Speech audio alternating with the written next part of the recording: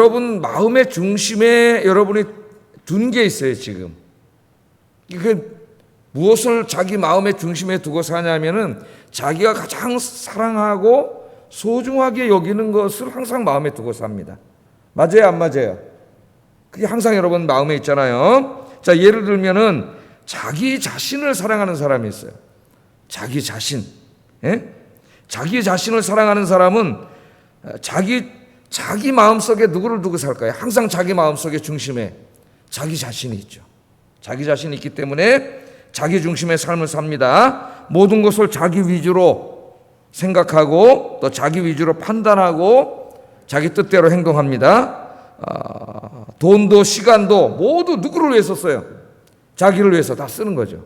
자기가 자기 마음의 중심에 있으니까. 모든 삶의 최우선 순위가 누구예요? 자기예요. 자기의 영광, 자기의 어떤 명예, 그죠? 자기의 기쁨, 만족, 자기의 건강, 자기의 아름다움, 이런 것들이 항상 중심에 있기 때문에 자기 삶의 최우선 순위가 누구냐면 자기 자신. 이게 자기를 사랑하는 사람의 삶이에요. 또 자식을 사랑하는 사람이 있습니다. 자기도 사랑하지만은 자기보다 자식을 더 사랑하는 사람이 있어요. 이 사람은 모든 삶의 중심이 자기 자식의 삶의 중심으로 돌아갑니다. 아이들 교육에 열을 올리는 엄마들을 보면은 자기 인생의 하루 시간표가 자기 중심으로 짜 있지 않고 전부 아이들 중심으로 짜 있어요. 아이들 학교 보내고 학교 갔다 오면 또 그다음에 학원 보내고 또 차로 픽업해가지고 그다음에 영어 학원 보내고 수학 학원 보내고 이렇게 해서 자기 삶의 모든 하루의 그 패턴 돌아가는 게 아이들 중심이고, 이 아이들 학원비야 이런 거 모자라는데 돈이 좀 모자라면은 남편의 월급으로 안 되면은 자기가 나가서 아르바이트를 해서라도 그 돈을 벌어갖고 자녀들 학원비를 대고 그렇잖아요. 어떻게 보면 우리 대한민국 사회 엄마 아버지 삶이 그런 삶이라고 할 수 있는데, 자녀 중심, 자녀가 최우선순위, 자기 삶에 자기 자녀를 위한 어떤 일이 있으면 그건 자녀보다 다 그 나중의 일이에요. 그게 무슨 일이든지 간에, 그게 누구든지 간에. 그 다음에 또 어떤 사람은 돈을 사랑하는 사람이 있습니다. 돈 사랑하세요? 안 사랑하세요? 사랑하지는 마세요. 그냥 좋아할까요? 사랑하지 말고. 돈은 우리에게 필요하죠. 근데 돈을 사랑하는 사람이 있어요. 이 사람은 모든 삶이 돈 중심이죠. 자기 마음에 딱 맨날 뭐만 생각나요? 돈. 제가 옛날에 우리 아버님 살아계실 때, 어렸을 때 아버지 돈 좀 주세요. 그러면 야 임마, 돈 무슨 돈? 워싱턴? 런던? 사리돈? 그리고 장난을 치셨어요. 돈 중심이죠. 삶의 모든 중심이 돈 벌고 돈 모으고 재테크하고 이 돈을 어디다 쓸까 하는 이 돈을 소비하고 이러는데 모든 게 집중되어 있습니다. 하나님보다도 가족보다도 돈이 더 소중하죠. 돈 버는 것이 삶의 최우선입니다. 돈 벌고 돈을 쓰고, 돈을 버는 것만이 아니에요. 현대인들이 돈을 버는 것도 우상이지만은, 돈을 버는 것을 사랑하는 것도 우상이지만은 돈을 쓰는 것을 사랑하는 것도 우상이에요. 그래서 21세기의 최고의 종교는 소비주의라 그랬습니다. 어떤 신학자가 소비주의. 돈을 벌어서 그 돈을 가지고 자기를 위해서 막 쓰는 거죠. 물건을 사고 막 이런 소비주의. 그렇게 있습니다. 자, 이처럼 사람들은 자기가 사랑하는 것을 자기 중심에 모셔놓고 그것 중심으로 살아가요. 지금 다른 교회 선교 때 어떤 분은 진짜 신방을 가서, 저는 이제 처음 거기 부임해가지고 신방을 가서 잘 모르니까 이제 이것저것 물어봤어요. 신방을 가서 어떻게 사시냐, 하루에 어떻게, 신앙생활 그렇게 열심히 하지는 않으세요. 집사님이신데. 그래서 궁금해서 이제 좀 수요예배도 좀 나오시라 이러면서 이제 수요일 날은 뭐 하세요? 이제 물어보는 거죠. 담임 목사님도 안 물어보는데, 나는 처음 갔으니까 이제 그냥 잘 모르니까 막 물어보는 거예요. 그런데 하루 자기가 어떻게 사는지를 가르쳐 주는데, 하여튼 자기 부동산이 어떻게 되고 집이 몇 개고 건물이 어디 있고 있어. 아침에 목사님 나 딱 눈을 뜨면 아침에 그걸 딱 펴가지고 그 집 딱 해서 월세 받고 그것도 통장에 들어왔는지 확인하고, 이게 하도 많아가지고 이거 하면 오전 다 간대. 매 이것만 생각해도 골치가 아프대. 그러니까 왜 그렇게 많이 부동산을 가지고 있어? 그냥 지 집만 갖고 있으면은 얼마나 행복하고 자유로운데 그걸 그렇게 많이 욕심을 부리고 가지고 있으니까 그거 관리하고 그것도 돈 들어왔나 다 확인하고 안 들어오면 왜 월세 안 냈냐 그러고 또 빨리 내라 그러고 그러니까 혈압 올라가고 안 내는 사람 있으면 화나고 행복할까요? 안 행복할까요? 제가 주일날 설교할 거예요. 주일날. 예? 그게 과연 우리에게 행복과 만족을 주는가? 그런 삶이. 이게 돈이 마음의 중심에 있는 사람은 돈밖에 몰라요. 그냥 돈밖에 모릅니다. 자, 그럼 한번 여러분은 생각해 보세요. 여러분 마음의 중심에는 뭐가 있나요? 여러분 마음의 중심에. 그 마음의 중심에 모셔놓고 여러분이 섬기고 사랑하고 그것을 최삶에 우선해 두고 사랑하는 그게 뭡니까? 그게 하나님이 아니면은 다 제가 뭐라 그랬어요? 우상이라 그랬잖아요. 우상. 그래서 오늘 이제 말씀을 들으면서 이 우상들은 다 마음의 중심에서 내려놓고 필요 없는 건 아니에요. 여러분 자기 자신도 사랑해야 되죠. 자식도 사랑해야 되죠. 돈도 어느 정도 있어야 되죠. 그거 부정하는 게 아니라 그랬어요. 기독교인의 경건 생활과 그것이 이렇게 양립되는 게 아니라 그랬습니다. 제가 주일날 설교를 했죠. 다 우리 살아가는데 필요한 것들이지만 삶의 우선순위가 제일 중요하다 그랬죠. 제가 우선순위가 바뀌어버리면 다 우상이 된다 그랬어요. 그래서 오늘 말씀을 들으면서 이런 것들은 최우선에 두면 안 됩니다. 필요한 것들이지만 다 마음의 밑으로 내려놓고 여러분 마음의 중심에 하나님 모셔놓고 여러분의 하루가 하나님 위해서 사는 여러분 되기를 주의 이름으로 축복합니다. 자, 그럼 한번 말씀으로 한번 들어가 보겠어요. 자, 이처럼 하나님을 자기 마음의 중심에 모셔놓고 하나님 중심으로 사는 사람은 어떤 삶을 사는가? 오늘 사도 바울과 디모데의 삶을 좀 우리가 분석해 보면서 한 3가지 정도로 오늘 금요일 날 설교를 하고 적용을 하고 기도를 하려고 합니다. 첫째, 하나님 중심의 삶을 사는 사람은 항상 자기의 뜻보다 먼저 하나님의 뜻을 먼저 구하게 되는 거예요. 자기 중심의 사람은 제일 중요한 게 뭐예요? 자기의 뜻이 제일 중요하죠. 자식을 사랑하는 사람은, 자식이 중심의 사람은 자식의 뜻이 제일 중요해요. 자식이 해달라는 거 있으면 다 해줘. 자식이 하나님보다도 앞서요.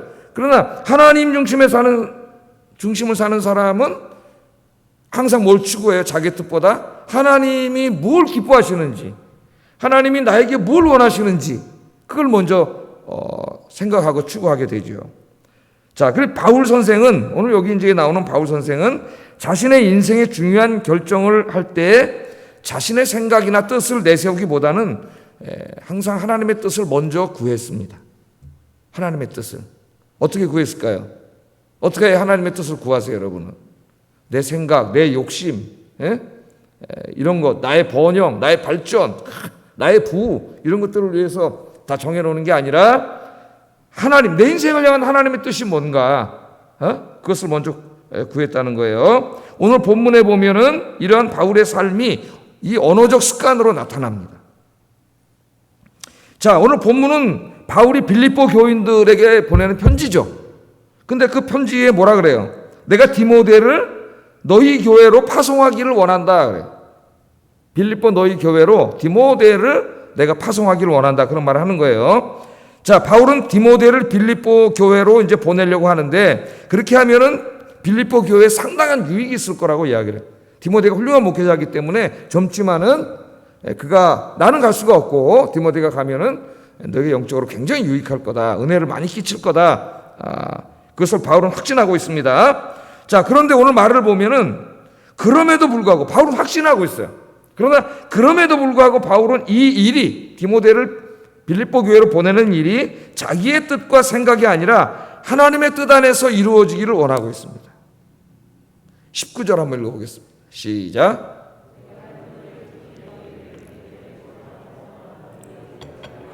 너희의 사정을 알므로 안위를 받으려 함이니 그렇게 말하고 있어요. 내가 디모데를 속히 너희에게 보내기를 원하는데 보내기를 주 안에서 바람은 그렇게 말합니다. 주 안에서 바람, 보내기를 바람은 그렇게 말하지 않고 보내기를 주님 안에서 바람은 그렇게 말하고 있어요. 주 안에서 바람은 언어는 자기의 마음을 드러내는 거예요. 사람 말하는 걸 가만히 들어보면은 그 사람 마음을 알 수 있습니다. 그래서 여러분 상담 심리학자들이 여러분 가서 여러분 마음속에 있는 무슨 마음을 갖고 있는지 알아내려면 말을 시켜야 자꾸 말을 막 시키고 어렸을 때 이야기해봐라. 뭐 부모님에 대해서 얘기해봐라. 자라난 가정 환경에 대해서 얘기해봐라. 요새 자주 이렇게 연상되는 말에 대해서 얘기해봐라. 막 말을 시키잖아요. 그럼 우리가 막 얘기를 합니다. 그걸 다 듣고 분석하고 정리를 하면은 우리의 마음이 다 드러나요. 거기. 그걸 분석해서 우리의 마음을 평가를 해요. 인간은 마음속에 있는 거 언어로 나타나게 돼 있습니다. 그래서 언어는 마음의 거울이라 이렇게 얘기하잖아요.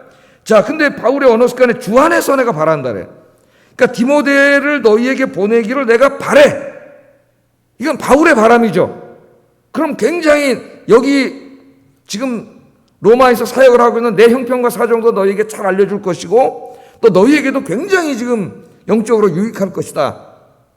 그걸 내가 확신하기 때문에 내가 디모데를 너희에게 보내기를 바래요. 바란다는 건 우리 인간의 희망이에요. 우리는 로봇이 아니죠. 우리는 다 뭔가를 바라고 있습니다. 그죠? 뭔가를 소망하고 있고 그 자체는 나쁜 게 아니에요. 그런데 그걸 바라는데 뭐가 플러스 되어 있어요, 저기에? 주 안에가 플러스 되어 있어요. 주 안에가. 그러니까 내가 바라는 것과 나의 바람과 주님의 뜻, 이게 두 개가 있는 거예요. 두 개가. 내가 바라는 게 있는데 이게 주님의 뜻 안에서 이루어지기를 원한다 그런 거니까 나의 바람과 주님의 뜻이 일치하기를 원하는 거죠. 그러니까 사도 바울은 여기서 뭐라고 얘기하냐면은 자신의 뜻이 아니라 하나님의 뜻이 이루어지기를 원하는 거예요. 내가 그렇게 간절히 바라지만 하나님의 뜻이 아니면 보내지 않겠다는 거예요. 나의 바람이 곧 하나님의 바람이기를 원한다. 하나님의 뜻이 되기를 원한다. 사도 바울이 그렇게 오늘 고백을 하고 있습니다. 자, 주 안에서 바란다는 말은 바로 그와 같은 말이에요. 내가 아무리 디모데를 보내기를 원한다 할지라도 이것이 하나님의 뜻이 아니라면 나는 보내지 않겠다는 거예요. 내가 그렇게 간절한 바람이 있지만 하나님의 뜻이래야 내가 보내겠다는 거예요. 그러니까 자기의 바람이 철저하게 어디에 순종하는 거예요? 하나님의 뜻에 순종하는 거죠. 그게 신앙생활이에요. 하나님 중심에 모시고 사는 거죠. 자, 사도 바울은 주님의 일을 할 때조차도 자신의 뜻과 하나님의 뜻이 다를 때가 있다는 것을 자기가 여러 번 경험했잖아요. 여러분 잘 알죠? 사도행전 몇 장입니까? 16장에 보면은 2차 선교 여행 때 바울은 뭘 계획을 세웠어요? 2차 선교 때, 1차 선교 때 자기가 개척해놨던 지금 터키에 있는 소아시아 지방에 있는 교회들을 다 방문해가지고 다시 말씀으로 더 가르치고 교회를 굳건히 하고 아시아 쪽에서 선교를 하려고 계획을 세웠어요. 무슨 자기 욕심을 계획 세운 게 아니잖아요. 하나님의 일을 계획한 거 아니에요. 얼마나 거룩한 거예요. 그래 터키에 가서 열심히 아시아 사역을 하려는데 자꾸 사역을 막아. 하나님께서. 이상하잖아. 하나님이 하려는데 자꾸 안 돼요. 자꾸 막아요. 근데도 맨 처음에 못 깨달았어요. 한두 번은. 나중에 깨닫지 못하니까 하나님이 그의 꿈에 누구를 보냈어요? 마케도니아 사람. 마케도니아는 저 그리스죠. 지금의 그리스 부지방. 유럽이죠. 유럽 사람 꿈에 나타나서 빨리 와서 우리를 도와달라고 그렇게 얘기하는 걸 듣고 그때 바울이 뭘 깨달았어요? 이게 하나님의 뜻이 아니구나. 그걸 깨달았어요. 내가 아시아에서 선교하는 게 하나님의 뜻이 아니라 하나님의 뜻은 2차 선교 때 유럽으로 나를 가게 하는 거구나. 그걸 깨달은 거예요. 제가 그 사도행전 여러분 오래전에 수요예배 때 강의할 때 이 16장 이 부분을 강의하면서 그 톰 라이트의 주석의 한두 분을 소개한 적이 있는데 바울이 왜 이 하나님이 왜 아시아에서 선교를 하는 바울을 끄집어다가 지금의 그리스 유럽으로 가게 했는가? 톰 라이트는 그런 묵상을 합니다. 거기 갔더니 누가 있어요? 그 빌립보에는 유대인들이 많이 살지 않았어요. 거기는 로마의 퇴역군인들이 주로 사는 땅이에요. 로마는 직업군인이잖아요. 군인들이 퇴역하면 이 퇴직금을 엄청 많이 줘야 됩니다. 그러니까 그걸 재정으로 다 감당할 수 없기 때문에 이 빌립보 지역을 그 퇴역군인들에게 주는 퇴직금으로 해서 땅을 줘서 살았기 때문에 로마 퇴역한 군인들이 많이 살아서 굉장히 그리스면서도 로마화된 도시고 로마 정부에 대한 충성심이 굉장히 강한 곳이에요. 군인들은 충성심이 강하잖아요. 그러니까 유대인들이 별로 안 살아. 유대인이 10명만 있어도 회당을 하나 세우는데 회당이 없을 정도니까 유대인 10명이 안 살았다는 거예요. 그래서 이 안식일에 나가서 보니까 회당이 없었잖아요. 사도 바울이. 근데 보니까 저 내과에서 빨래하는 아줌마들을 만났는데 그 중에 누가 있었어요? 루디아라고 하는 여성을 만났잖아요. 루디아. 이 여성이 이제 빌립보 교회를 세우는데 큰 역할을 하게 되는데 톰 라이트는 그런 얘기를 합니다. 이 루디아가 매일 여기서 하나님 앞에 기도했기 때문에 하나님이 바울을 글리 보내신 게 아닌가. 이 세계적인 신학자가 그런 얘기를 해서 제가 너무나 큰 은혜를 받았어요. 야, 한 여인의 기도가 그게 맞는지 안 맞는지는 뭐 학문적으로 우리가 자료적으로 확신할 수는 없지만 굉장히 은혜를 받았습니다. 하나님 이곳에 사람을 보내주세요. 목회자를 보내주세요. 우리에게 말씀을 가르쳐 줄 사람을 보내주세요. 그렇게 간절히 기도한 한 여인의 기도가 하나님이 응답을 하시고 바울을 보냈다고 얘기하니까 세계 최고의 신학자가 제가 큰 은혜를 받았어요. 그 말씀이 지금 생각이 납니다. 결국은 그게 하나님 뜻임을 깨닫고 이걸 깨달았을 때 바울이 어때요? 자기가 2차 선교 떠나기 전에 엄청나게 많은 계획을 세웠는데 그 계획을 포기하기가 쉽지 않습니다, 인간이. 근데 그걸 다 내려놓죠. 내려놓고 하나님 말씀에 순종해서 빌립보로 건너가게 되고 거기서 루디아를 만나고 교회를 세우고 그 일 때문에 유럽이 복음화되는 이 엄청난 역사가 일어나게 되고 기독교는 아시아보다는 유럽의 종교가 되어버렸죠. 2000년 동안 이런 엄청난 역사가 일어납니다. 자, 그러니까 중요한 건 뭐냐? 위대한 사도도 이 선교를 할 때조차도 아마 기도하지 않고 하나님의 뜻을 구하기보다는 자기가 먼저 계획을 세웠던 것 같아요. 이게 우리가 하는 큰 실수입니다. 목사들이 목회의 계획을 세울 때도 마찬가지고 여러분 인생의 계획을 세울 때도 마찬가지. 우리는 매번 이게 하나님의 일이든 내 인생의 일이든 어떤 습관을 가져야 되냐면은 하나님의 뜻을 먼저 구하는 습관을 가져야 돼요. 그 하나님의 뜻을 먼저 구하는 습관이 뭐냐면 하나님 앞에 가서 물어보는 거예요. 기도하면서 물어보는 거예요. 사도 바울 같은 위대한 사도도 실수를 했어요. 물어보지 않았기 때문에. 물어봤으면 하나님 가르쳐 주셨을 텐데 자기가 그냥 다 세운 거예요, 계획을. 그래서 하나님의 뜻은 여기에 있는데 이쪽으로 간 거예요. 헛발질을 한 거예요. 가가지고. 여러분 우리 인생도 마찬가지죠. 구약에서는 유명한 사람이 다윗 왕인데 다윗 왕을 읽다 보면 항상 다윗이 어디 가요? 전쟁하러 가기 전에 성전은 그때 돌로 진 성전이 아니라 성막이죠. 성막에 가서 기도하고. 모든 일을 하기 전에 바울은 항상 어떻게 해요? 블레셋과 전쟁을 할 때도 하나님 블레셋을 칠까요 말까요? 어린애처럼 항상 물어봅니다. 어느 게 하나님의 뜻인지 알지 못하기 때문에 항상 하나님의 뜻을 구해요. 근데 그게 신앙생활에 사실은 제일 중요한 거예요. 그래서 여러분 이제 오늘부터 어떤 일을 결정하기 전에 항상 기도하세요. 항상 기도하는 습관을 들이세요.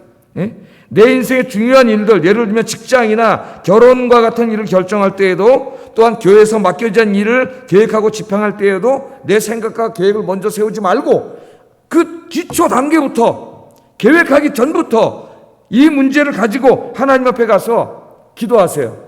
그러면 하나님이 응답해 주십니다. 때로는 기쁨으로 평강으로 응답해 주실 때가 있어요. 하나님 뜻이 아닌 것은 제가 경험해 본 바에 하면 기도하면 불안해. 자꾸 불안해요. 성령이 불안해 하시는 거예요. 하나님 뜻이 아니야, 그건. 근데 하나님 기뻐하시는 일이 이 하나님과 합치가 되면은 마음이 기쁘고, 평안이 오고, 막 그 일에 대한 더 열정이 생기더라고요. 기도하면은. 하나님 그런 식으로 우리의 삶을 인도해 주세요. 그래서 여러분 이제 오늘부터 이 중요한 겁니다.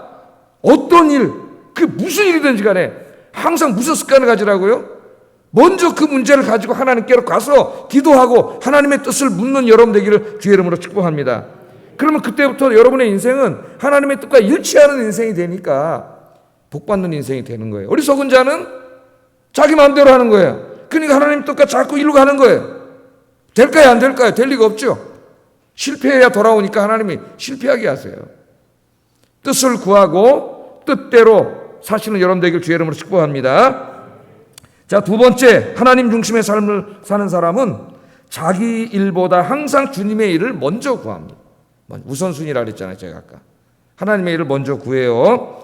자, 바울은 빌립보 교인들에게 디모데를 추천하면서 자신이 왜 많은 사람들 중에 디모데를 빌립보 교회로 추천하는가, 파송하려고 하는가, 그 이유를 두 가지 얘기하는데 한 가지만 보면 21절, 22절 한번 읽어보겠습니다. 시작.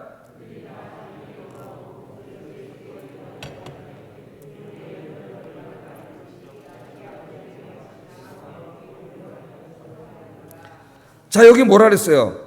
빌립보, 지금 로마에서 빌립보 교회를 편지를 보내는데 내 주변에 많은 사람들이 있지만 그 사람들이 다 뭐를 구해? 자기 일을 구해, 자기 일을 먼저 구하는 거예요. 뭔가 하나님의 일이 있고 자기가 할 급한 일이 있을 때 항상 대부분의 사람들은 믿음이 좋은 것 같지만 그런 일이 생기면 자기 일을 먼저 추구하는데 디모데는 어떻게 한다고요? 그리스도 예수를 구하지 않는데 디모데만큼은 그렇지 않다는 거죠. 자기의 긴급한 일보다도 주님의 일을 먼저 구하는 사람이라는 거예요. 주님의 일이 이 사람의 삶에 우선권이 있는 사람이다. 그렇게 말을 하고 있습니다. 자, 예수님께서도 산상설교에서 제자들에게 마태복음 6장 33절에서 그 유명한 말씀을 하셨죠. 한번 읽어보겠습니다. 시작.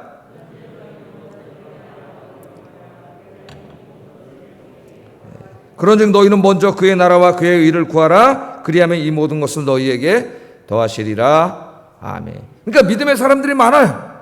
다 믿음의 사람들이에요. 믿음이 없는 건 아니에요. 그런데 정말 이제 막 주님이 우리에게 맡겨주신 귀한 일들이 있습니다. 예?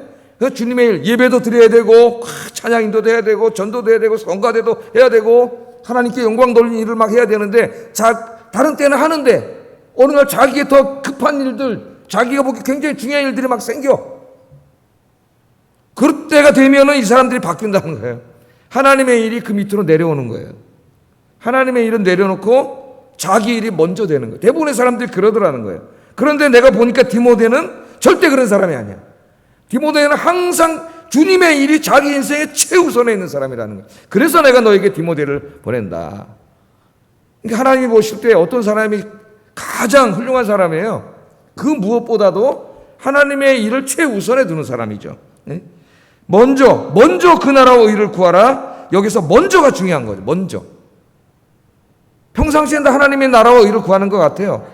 근데 정말 중요한 자기 인생의 일이 생겼을 때 먼저 하나님의 일을 구하느냐, 이건 우선권의 문제입니다. 우선권의 문제. 하나님이 그 중심에 있는 사람, 하나님을 중심으로 사는 사람은 삶의 최우선이 하나님이에요. 자, 그럼 주일날이 됐어요. 주일날은 주일을 지켜야지, 예배를 드려야 되잖아요.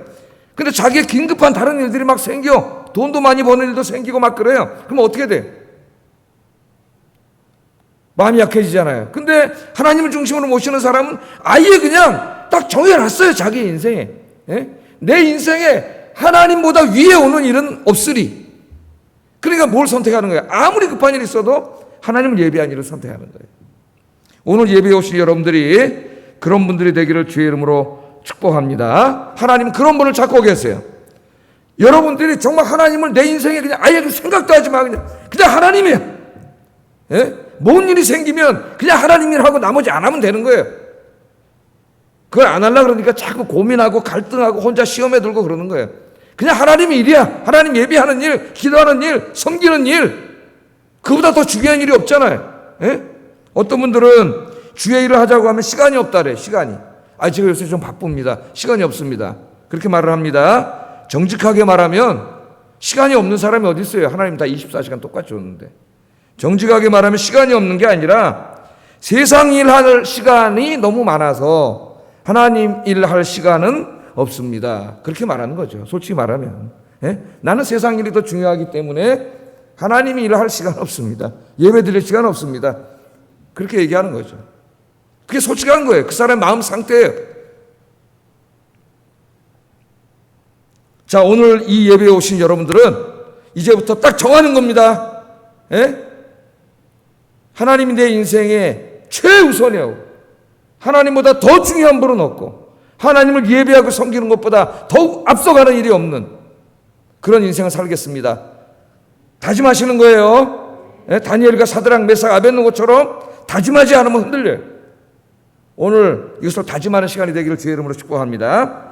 마지막으로 이제 한 가지 더 말씀하고 말씀을 마치겠습니다. 하나님 중심의 삶을 사는 사람의 세 번째 특징은 하나님만 신뢰하고 하나님만 의지하는 삶을 산다. 사람 의지하고 돈 의지하고 요 안에 사람이 있고 자꾸 돈이 있고 그러면 권력 의지 그런 거만 의지하려래. 하나님을 중심에 두는 사람은 이런 거 의지하지 않아요. 하나님만 의지해요. 하나님만. 그러니까 누구에게 비교할 필요도 없어요. 누구에게 무릎 꿇을 필요도 없어요. 예수 믿는 사람 떳떳하게 살아야 돼. 누구에게 비굴하게 살 필요 없어요. 왜? 누구 의지하면 돼? 하나님 의지하고 하나님 신뢰하고 살면 돼요. 그러면 사람 눈치 볼 필요도 없어요. 23절 24절 읽어보겠습니다. 시작.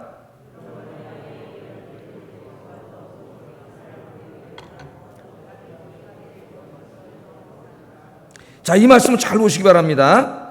바울이 디모데를 보내겠다고 할 때는 아까 내가 디모데를 주 안에서 디모데를 보내기를 바란다, 희망한다 이런 말을 썼습니다. 그런데 사도 바울이 뭐라 그래요? 나도 속히 너희에게 가게 될 것을 확신한다. 자기가 가게 될 거는 확신한다. 더 강력한 단어를 쓰고 있어요. 동사를. 좀 이상하죠? 오히려 인간적으로 보면 디모데가 거기에 가는 게 더 확실합니다. 왜? 디모데는 감옥에 안 갇혀 있기 때문에 가면 되는 거예요. 근데 자기는 지금 어디 있어요? 로마 감옥에 갇혀 있어요. 재판을 기다리고 있어요. 재판의 결과를 몰라요. 거기서 죽을 수도 있고 나올 수도 있고 잘 몰라요. 그런데 사도 바울은 뭐라 그래? 내가 너에게 갈 것을 확신한다래. 감옥에 갇혀 있는데, 물론 이제 가택연금 상태에 있지만은 감옥에 갇혀 있어요. 재판의 결과가 어떻게 나올지도 모르는데 디모데를 보낼 때 쓰는 단어보다 내가 너에게 가게 될 것이라고 하는 단어를 더 강력하고 분명한 단어를 쓴다는 거예요. 확신한다는 거예요. 이건 뭘 보여주는 거예요? 바울이 하나님이 자기를 석방시켜 주실 것을, 구원해 주실 것을 조금 더 의심하지 않고 확신하는 거죠. 할렐루야. 그게 믿음이에요. 그게 믿음. 환경은 그렇게 보이지 않는다 할지라도 바울은 감옥에서 기도하면서 그것을 확신하고 있습니다. 그래서 내가 너에게 가게 될 것을 확신한다. 그렇게 말을 합니다. 자, 사도 바울은 성도들이 어떠한 상황 가운데서도 절망하지 않고 하나님을 바라보고 하나님을 의지하고 하나님을 확신하면서 살 것을 여러 번 가르쳐요. 이 세상에 우리가 도대체 누굴 의지하고 살아요? 예? 사람 의지하고 살지 말라 그랬죠. 시편에도. 사람 의지하지 말고, 방백들 의지하지 말고, 돈 의지하지 말고, 권력자들 의지하지 말고, 야곱의 하나님을 의지하고 그 하나님을 도움으로 삼고 사는 사람은 복이 있도다. 아멘. 그렇게 말했잖아요. 로마서 4장 18절 22절에 보면은 아브라함에 대한 이야기를 합니다. 아브라함이 얼마나 믿음이 있는 사람인가. 이게 한번 로마서 4장 18절 22절 읽어보겠습니다. 시작.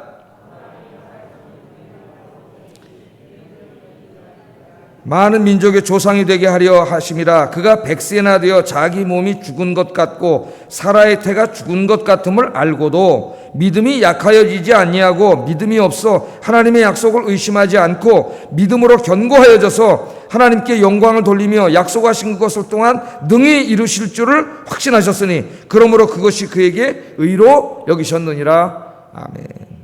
아브라함은 100살이 됐고 사라는 90살이 돼가지고 자기 몸이 죽었다는 얘기는 더 이상 생산할 능력이 없다, 과학적으로 불가능하다, 그것을 알았어요? 몰랐어요?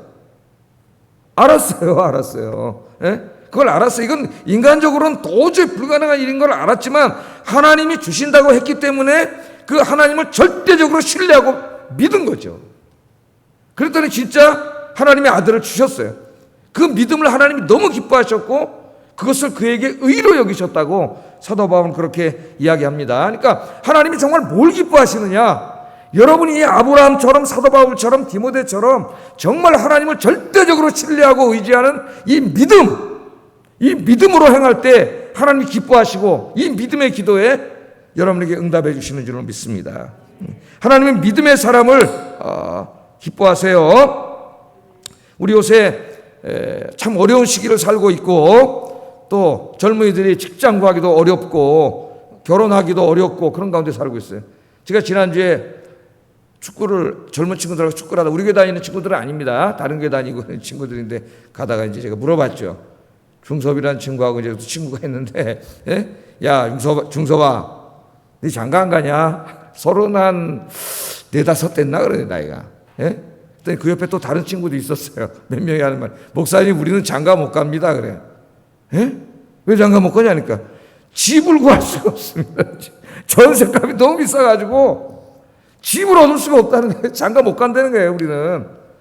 야, 이게 마음이 안타깝더라고요, 진짜. 우리 사회가 지금 이 지경이 돼버렸는데 너무 마음이 안타까운데 그 젊은 친구들이 지금 30대 결혼해서 가정을 이룰 친구들이 결혼할 엄두도 못 내고 있는 거예요. 물론 부모를 잘 만나서 돈이 있는 아이들은 뭐 문제가 없겠지만은 자기 자신을 흙수저라고 하는 이 친구들은 절망이야, 절망.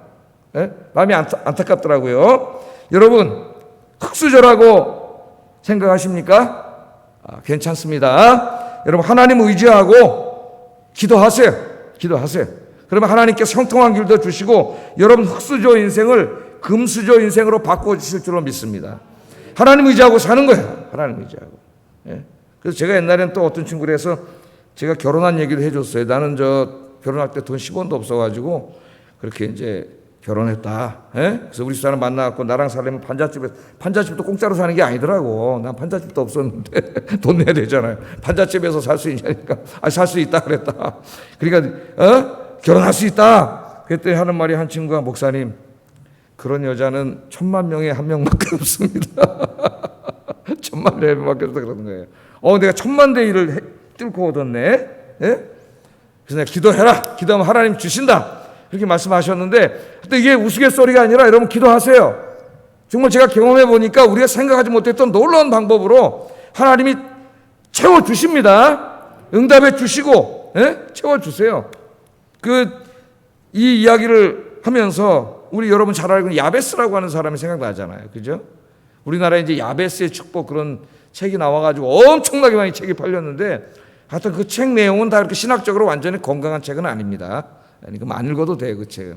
근데 자, 이 야베스라는 사람이 바로 흙수저죠, 흙수저. 뭐 자기 혼자 힘으로 어떻게 할 수 없는 형편이었어요. 한번 우리 역대상 4장 10절 한번 읽어보겠습니다. 그래 이 사람이 어떻게 했느냐, 이 친구가 기도했지 뭐. 기도 하나님 의지하고 기도했어요. 그랬더니 하나님 복을 주셨다 그랬어요. 한번 읽어보겠습니다. 시작.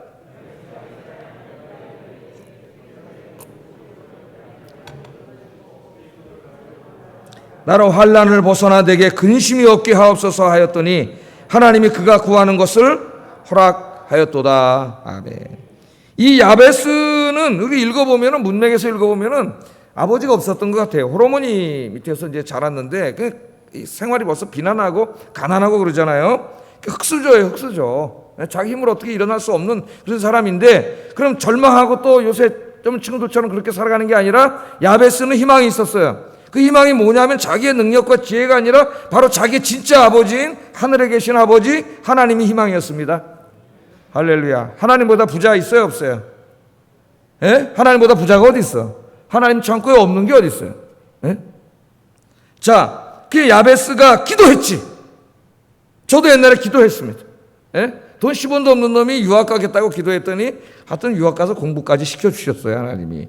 어떻게 시켜줬는가는 제가 간증해서 여러분이 잘 알고 있습니다. 하여튼 기도하면서 토플을 준비하고 토플 학원 다닐 돈도 없는데 학원 다녀본 적이 없어요. 토플을 나 혼자 공부했어요. 나 그냥 혼자 공부해가지고 토플 봐서 내가 다 간 거예요. 내가 그 유학 갈 때도 무슨 남들은 다 유학 학원 가가지고 다 영어로 번역해서 공중반 이렇게 다 해야 되는데 나는 그 일체를 내가 다 직접 썼어요, 영어로. 그래갖고 저기 서초동 가서 공증 받아가지고 한 돈 10원 돈이 없으니까 급하면 하게 되는 거예요, 사람이. 예? 내가 다 했다니까.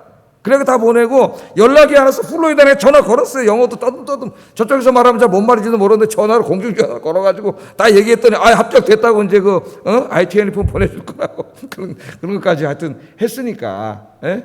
기도했더니 우리 아버지는 이제 돌아가셨지만은 이 일을 다 나에게 해주지 못하죠. 돈이 없으니까 해주고 싶으셔도. 근데 하늘에 계신 아버지가 해주시더라. 믿습니까? 예? 하늘에 계신 아버지. 얘가 어떻게 했어요? 야베스가 이스라엘 하나님께 아뢰어 이르되 기도하여 이르되 주께서 내게 복을 주시려거든 나의 지경을 넓혀 주시고 주의 손으로 나를 도우사 나를 환난을 벗어나 내게 근심이 없게 하옵소서. 그렇게 기도했더니 하나님이 그가 구하는 것을 허락하셨도다. 아멘. 비관하지 마세요. 하나님 아버지 붙잡고 일어나세요. 기도하면서 하여튼 그 일이 뭐 노동을 하든 뭘 하든 최선을 다해서 여러분이 하나님 의지하고 기도하면서 하면은 하나님이 누구를 통해서 어떤 일을 통해서 어떻게 역사하실지는 아무도 몰라. 내가 경험해 보니까. 예? 사람 의지하지 말고 하나님 의지하고 바울처럼 하나님 신뢰하고 기도하셔서 여러분 영육간에 다 복받는 우리 하나님께들 되기를 주의 이름으로 축복합니다. 기도하겠습니다. 자, 하나님을 우리 마음의 중심에 모셔놓고 하나님 중심의 삶을 살자. 세 가지 말씀드렸어요. 내 인생 모든 가운데 있어서 내 생각대로 하지 말고 모든 일에 기도하면서 철저하게 하나님의 뜻을 구하자. 두 번째는 내 삶의 모든 일들 중에서 하나님이 내 삶의 최우선이 되게 하자. 그건 복 주세요, 하나님. 세 번째, 하나님을 절대적으로 의지하고 비관하고 원망하지 말고 하나님 아버지 의지하고 기도하면서 열심히 공부하고 일하자. 같이 기도하겠습니다. 사랑과 은혜가 충만하신 아버지,